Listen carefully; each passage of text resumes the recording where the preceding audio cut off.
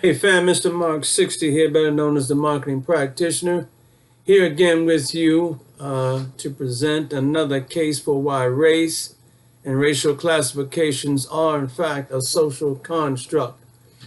Fam, I realized something.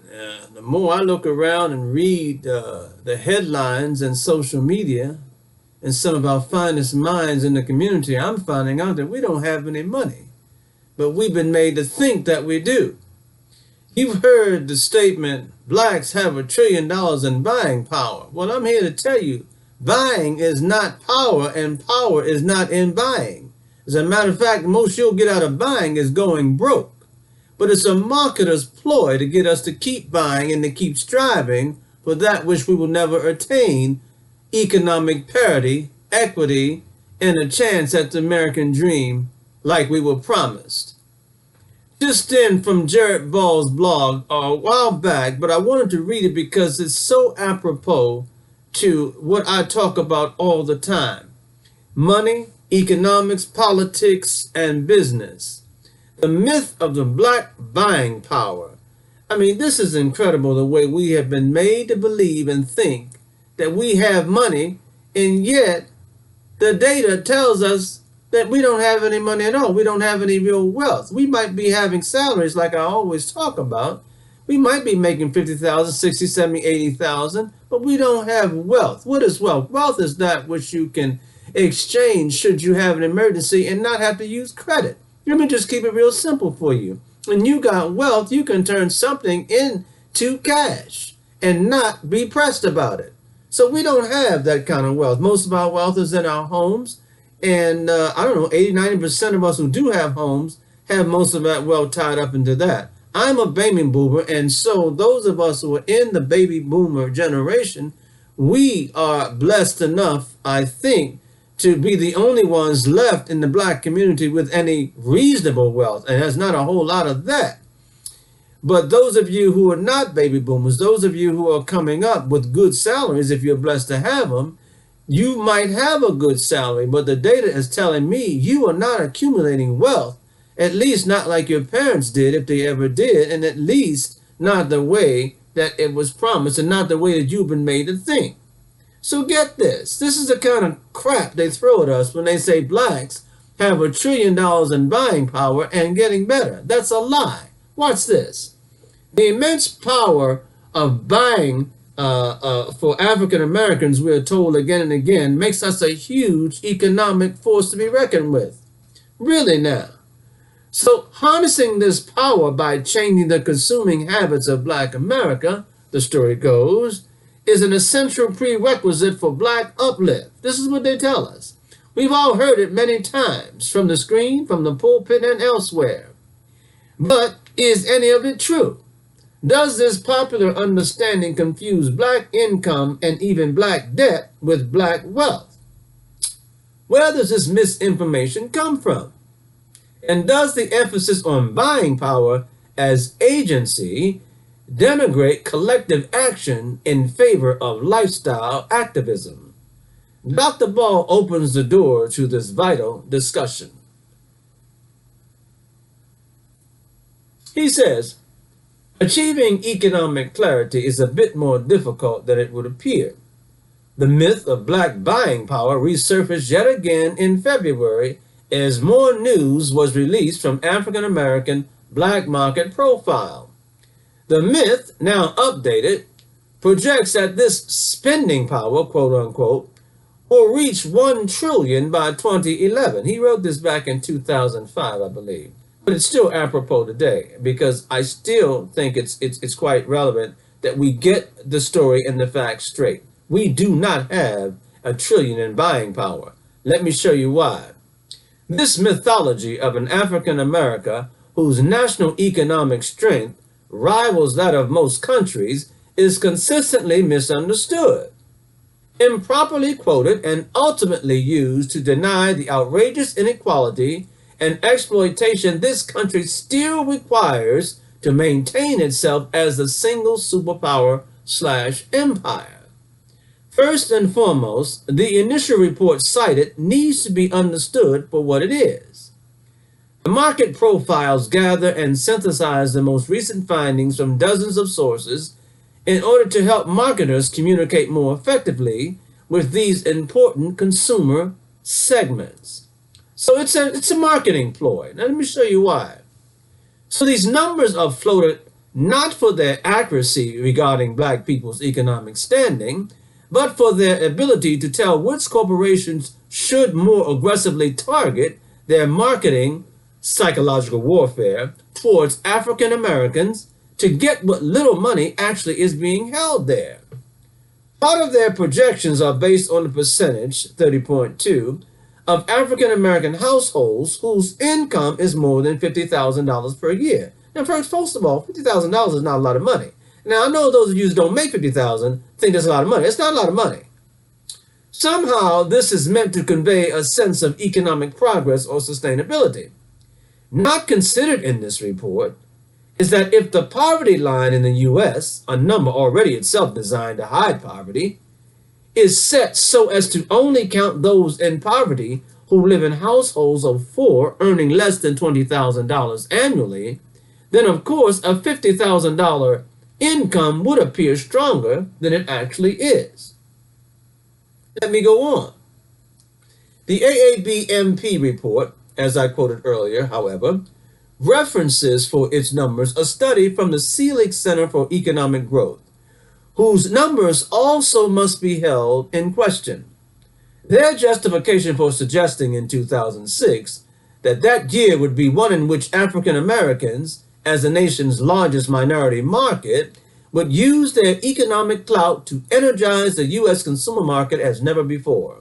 They cite as evidence such misleading statistics as, and at this time they were citing stuff like black population growth, increased job opportunities, more education for black America. Only 8.1% of black America is over 65 years of age or at career pinnacles, at which point wage increases decelerate, and whereas whites are 13.5% who are over 65. This is what they were saying in 2006. Also, more misleading statistics would be black people spend more than non-blacks on natural gas, electricity, telephone services, and footwear, and a higher proportion of their money on groceries, housing, and women's and girls' clothing. And they're projecting that we're going to be spending this kind of money and that this is going to be somehow powerful for us. This is going to somehow lend some kind of leverage in the marketplace so that we really stand out as a force to be reckoned with. It's a ploy. Watch this. And one more misleading statistic, and this author's personal favorite, that despite a substantial gap in home ownership rates, this suggests a possible opportunity for market expansion in years to come. So we're going to be buying more and more houses in years to come. This is what kind of stuff they were throwing out there. Well, we must be clear. Income is not wealth, and I've mentioned this in previous videos. Buying power as a phrase, and one measured in these ways, offers so many illusions that contradict the previous point.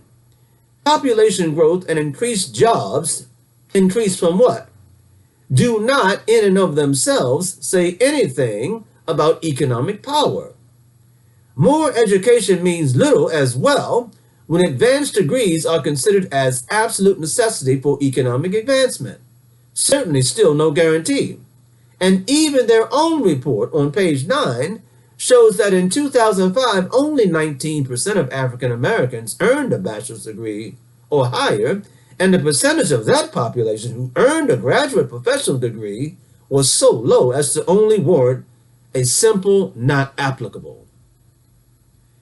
It is also important to note that buying power is a confused phrase in that it, again, says nothing of a wealth black people have little of, but also suggests that this power, quote unquote, is or can be for community uplift. The fact, again, that this is a target marketing material means that by power, they mean the ability to generate money for corporations to whom this spending will be geared. It does not mean that Black America has some untapped economic strength that can be marshaled to buy that which increases wealth, such as land and stocks, and speaks to the basics of colonial exploitation. That is, that the colonized are left only to purchase trifling gadgets and trinkets, such as footwear and clothing, as opposed to land, stock, and other capital, most of which is sequestered among the tiniest elite minority. And finally, it is sadly laughable that too many of us are fooled into thinking our power is squandered by poor purchasing habits. Again, since this is all to which we have access anyway. The idea that land and stock is there waiting, but we'd rather go to the mall for trinkets, results from mass capitalist, white supremacist propaganda, which too many of us have imbibed. I hear this all the time. If you would just watch your spending habits, you could have more. No, that's propaganda, and it's not true. Changing my spending habits will not increase wealth. It just means I'll save a little bit more, but I won't get wealthy.